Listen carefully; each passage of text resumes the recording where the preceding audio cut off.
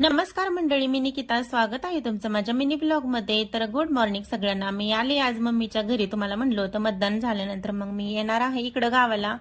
तर सकाळची वेळ झाली होती, सगळ्यांची आवरावरी चालली होती, तर मी जाणार होते संध्याकाळी. तोपर्यंत म्हणलं सकाळचा हा व्हिडिओ करून घ्यावा आणि चहा ठेवला होता मी मस्तपैकी आणि माझ्या आवडत्या जागेपाशी मी आले होते. मला ही जागा इतकी आवडती ना, लय म्हणजे लय. मी इकडं आले ना घरी मम्मीकडं, ह्या जागे म्हणजे इथंच बसून माझा दिवस अख्खा जातो, कारण का सकाळची कवळं ऊन पडतं आणि ते झाडं बघत बघत माझा चहा पिणं असतं, माझ्या मैत्रिणी आलेल्या असतात त्यांच्याशी गप्पा मारणं, असं माझं चालू राहतं इकडे आल्यावर. तर 2-4 तासाने मी जाणार होते घरी पुण्याला परतनी. तोपर्यंत मला हे सगळं एन्जॉय करून घ्यायचं होतं त्या वेळात मला खूप काही.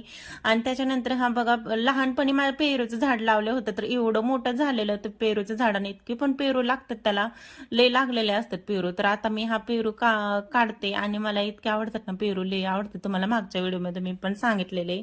तर हे जुनं झाड आमचं इतकं एवढं मोठं झालंय ना, लय येतात ह्याला पेरू, पडून जातात खालती आणि मग काही कळत पण नाही, कोणाचं लक्ष पण नसतं, कारण का 2 जणच असतात घरी. आणि त्याच्यानंतर मग मी घेतला पेरू खायला.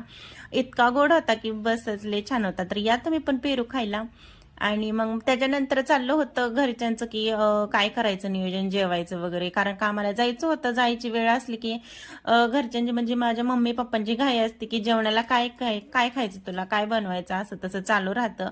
तर पहिल्यांदा मी उठून आता म्हटलं चहा घ्यावा आणि चहा घेतल्यानंतर मग मला आवरायचं होतं, कारण का हेच माहेरी म्हणलं की आपण थोडा वेळ हा सुखादान, माझ्याकडे 2-4 तास होते की म्हणून मी तेवढे तास जरा एन्जॉय करावं म्हणलं, कारण का परत मी पुण्याला गेल्यानंतर माझं मला रुटीनचं चालू ठेवावंच लागणार आहे. म्हणून मी तुम्हाला तुमच्यासोबत शेअर करते आणि थोडाच वेळ एन्जॉय असणार आहे, कारण का मला परत जायचं आहे पुण्याला.